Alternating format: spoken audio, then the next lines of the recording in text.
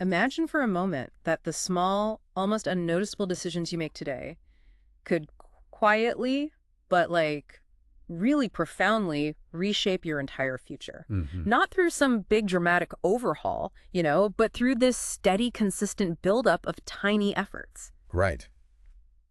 It sounds a bit like a secret superpower, doesn't it? Well, turns out it's less magic and maybe more science. And that right there is the core insight of today's deep dive into atomic habits. We're looking at the incredible, often really underestimated power of tiny incremental changes Yeah. and how when you stack them right, they compound over time. Yeah. They can create truly extraordinary results. It's Yeah. really about designing a system that makes transformation almost, well, inevitable. Absolutely. Our guide for this journey today is James Clear's groundbreaking book, Atomic Habits, Build Good Habits, Break Bad Ones. A fantastic resource. It really is. It's just packed with strategies that can fundamentally shift how you approach self-improvement. Yeah, our mission here is to distill the most crucial nuggets, the key takeaways from this material. We want to give you a kind of shortcut to understanding how habits actually work, Okay. why we often stumble, why things don't stick, Right. and most importantly, how to build a solid system for lasting change. Right. We want to show you how you can apply these ideas directly to your own life for real, tangible impact. So let's unpack this then. When Clear talks about atomic habits, it's more than just a catchy title, right? Oh, absolutely. He means it quite literally.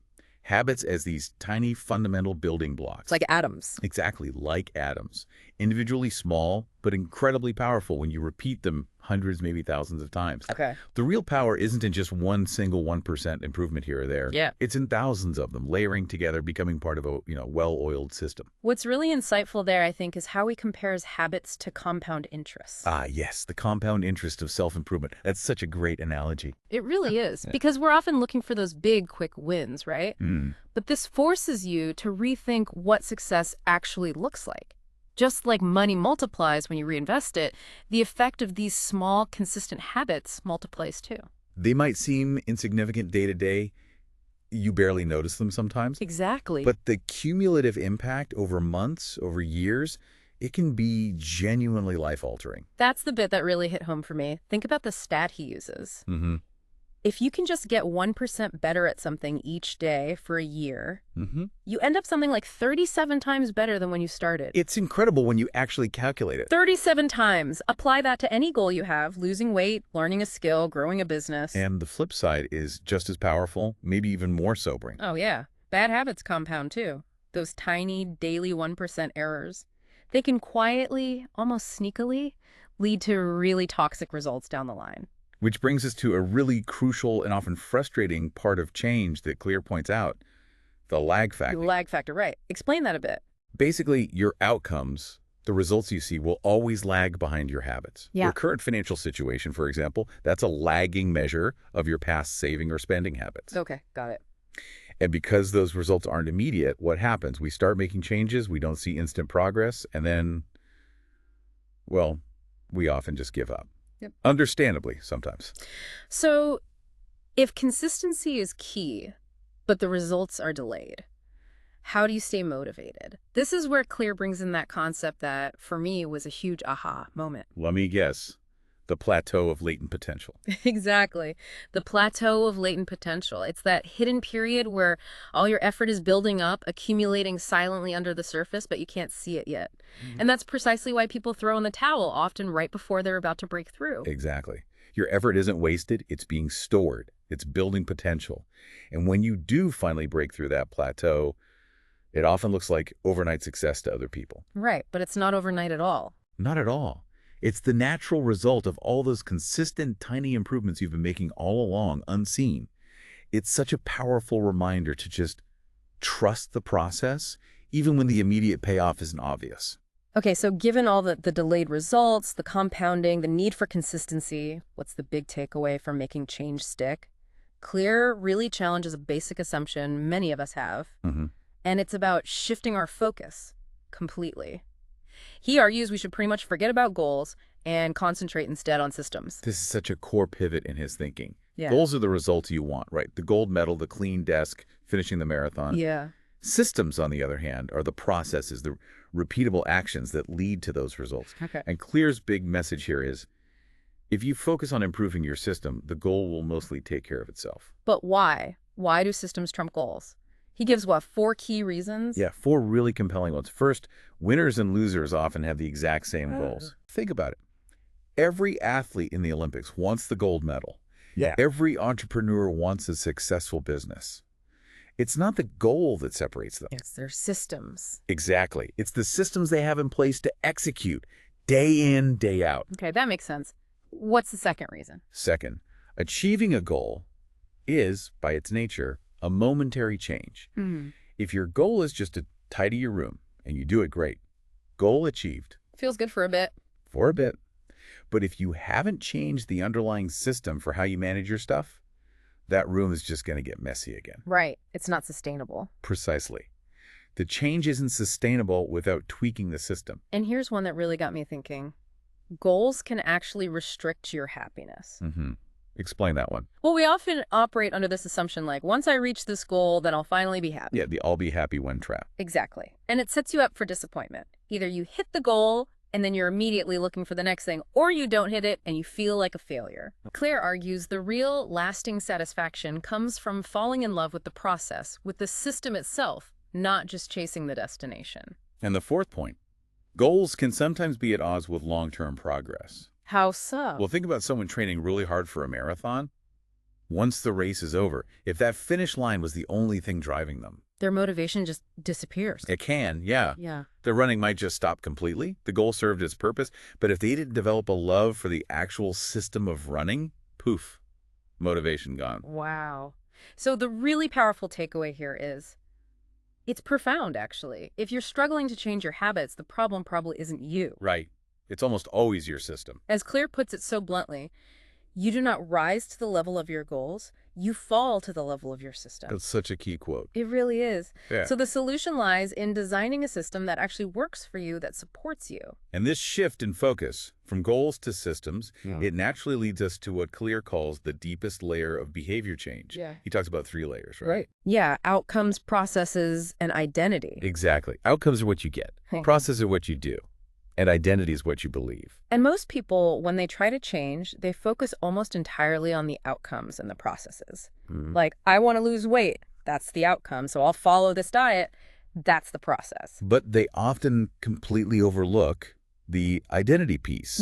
And that, Clear argues, is a critical mistake. Why is it so critical? Because that's where self-sabotage often comes in.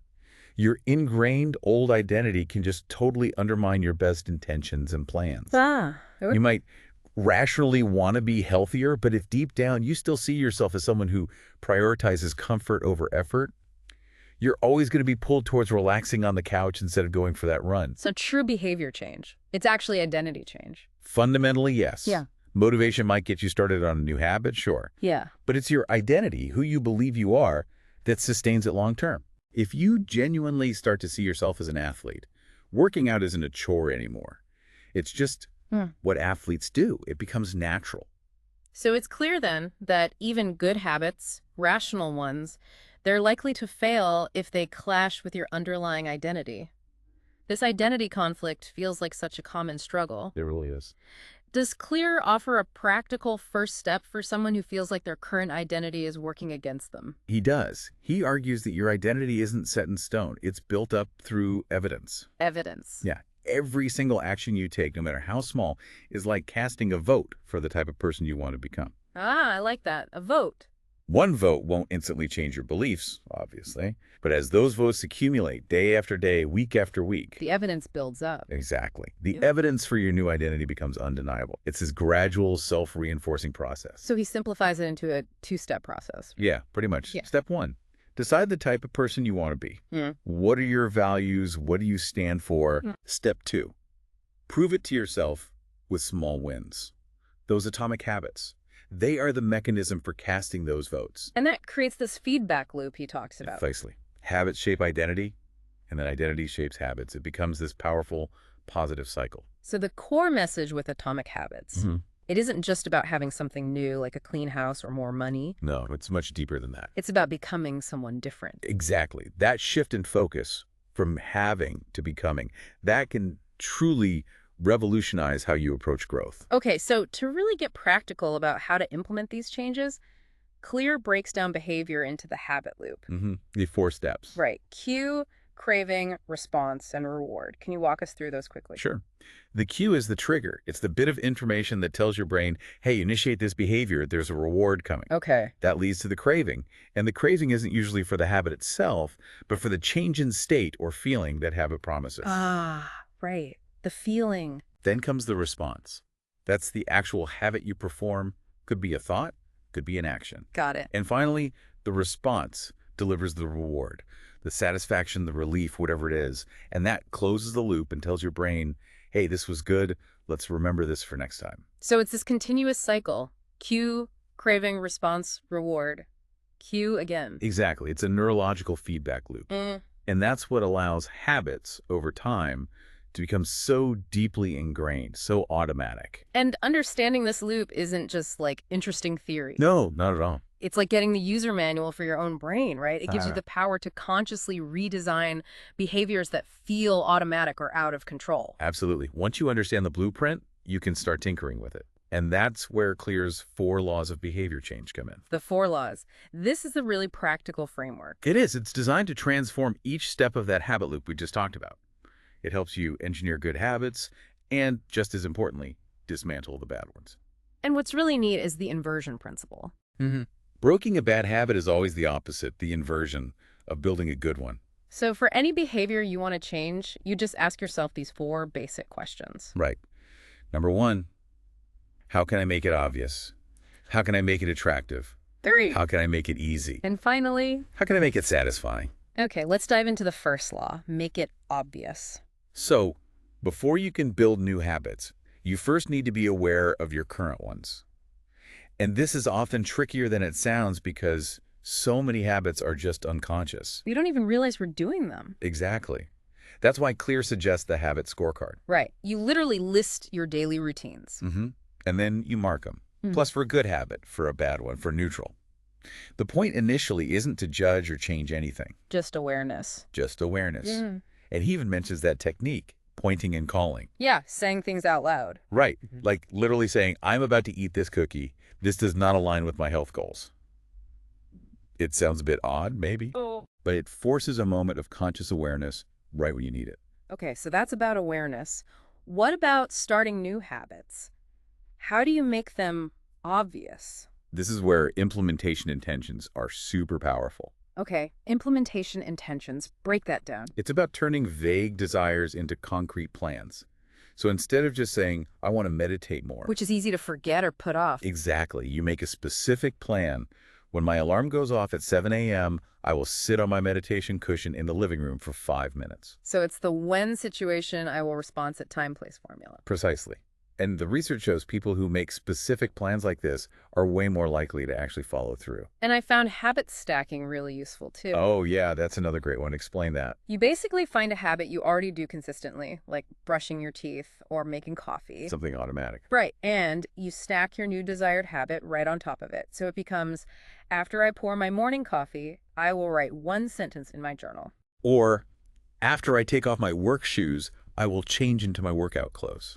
The key is making that cue super specific and immediately actionable. And beyond just planning, our environment plays a huge role in making cues obvious or hidden. Clear calls it the invisible hand-shaping human behavior. Right. If there are cookies on the counter, you're more likely to eat one. Simple as that. Yeah. So, environment design is about deliberately changing your surroundings.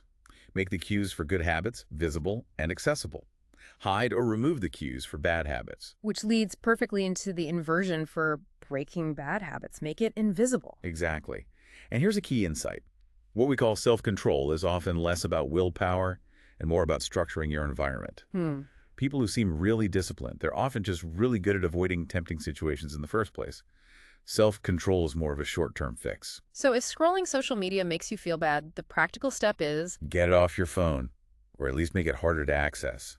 Reduce your exposure to the cue that triggers the unwanted behavior.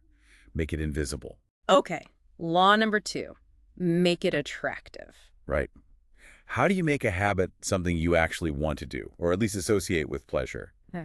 One great strategy here is temptation bundling. Temptation bundling. I like the sound of that. where you pair an action you want to do with an action you need to do. Okay, give me an example. Like, I only get to watch my favorite reality TV show while I'm on the treadmill. Or, after I make 5 cold calls for work, I get to check my favorite sports website for 10 minutes. Ah, so you link the want directly to the need. Exactly. The hope is that eventually you start to look forward to the need because it's associated with a want. Clever. And this taps into our social nature too, right? Making things attractive often involves social norms. Absolutely. We are, as Clear says, herd animals. We have this deep, deep desire to fit in, to belong. And social norms are those unwritten rules that guide our behavior. And we tend to imitate specific groups. Yeah, he highlights 3 main ones. We imitate the clothes our friends, family, colleagues. Their habits create a kind of invisible peer pressure. So join a group where your desired behavior is the norm. Exactly. Find a running club, a book group, whatever it is. Join a culture where what you want to do is considered normal and ideally where you have something in common with the people there. Okay, who else do we imitate? We imitate the many.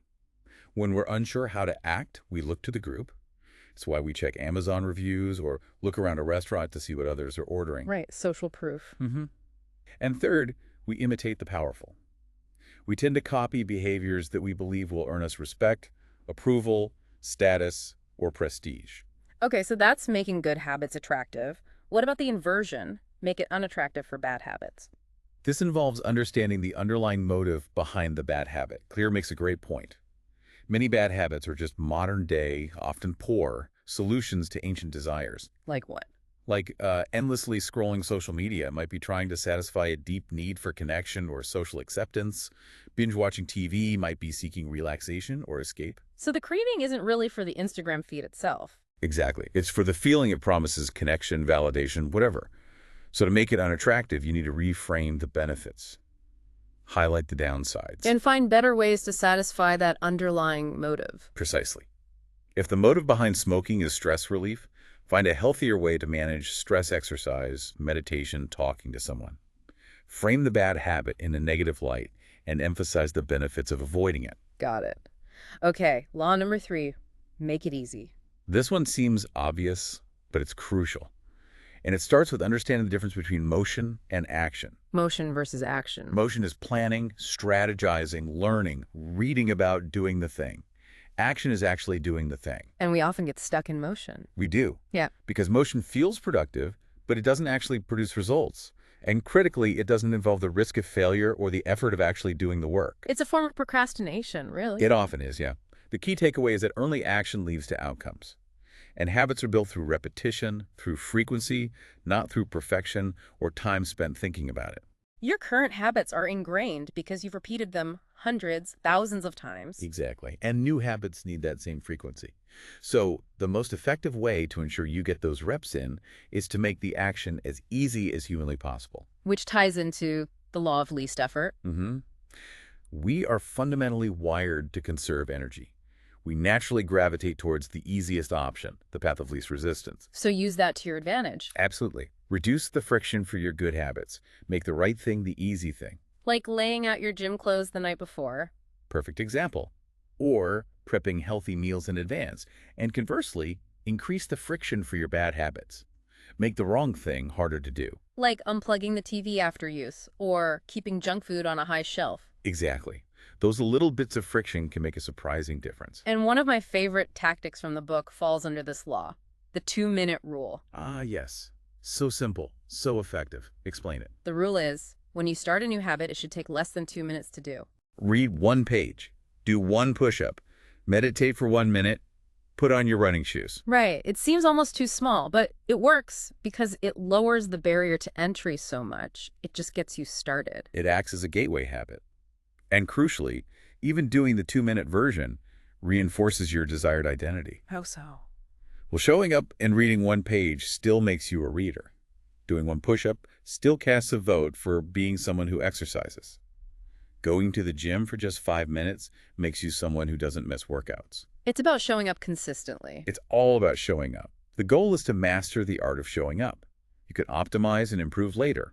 First, just make it easy to start. Okay, and the inversion. For breaking bad habits, you want to make it difficult, or even impossible. Right. This is where commitment devices come in handy. Commitment devices, like what? These are choices you make now to lock in better behavior later. Things that make your bad habits harder or even impossible to perform. Like asking a friend to change your Netflix password and only give it back on weekends. Exactly. Or using software to block distracting websites during work hours, or only buying cigarettes one at a time instead of a full pack. You're adding friction strategically. You can also use strategic one-time decisions. Mm-hmm.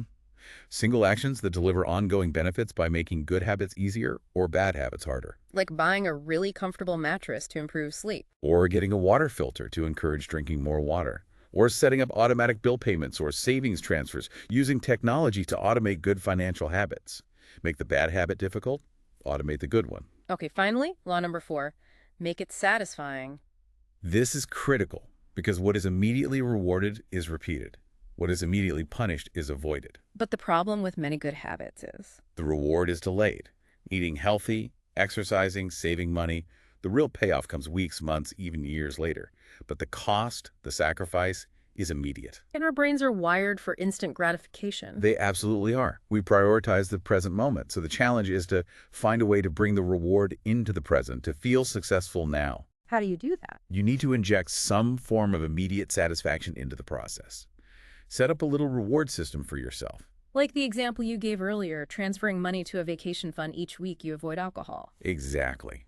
It gives you an immediate win, a reason to feel good about sticking to the plan right now. Eventually, the intrinsic rewards, feeling healthier, having more energy, will take over and become satisfying in themselves as your identity shifts. So the first 3 laws, obvious, attractive, easy, they increase the odds you'll perform the behavior this time. Right. But the 4th law, satisfying, that's what increases the odds you'll repeat it next time and the time after that. Precisely. It closes the loop and wires the habit into your brain. And when it comes to sticking with habits, making progress satisfying, Clear is a big fan of habit trackers. Oh, yes. Habit trackers are powerful for several reasons. Why do they work so well? Well, first, they make the habit obvious. The tracker itself is a visual cue. Hmm. Second, they're inherently motivating. You see the streak building up, and you really don't want to break it. That don't break the chain mentality. Exactly.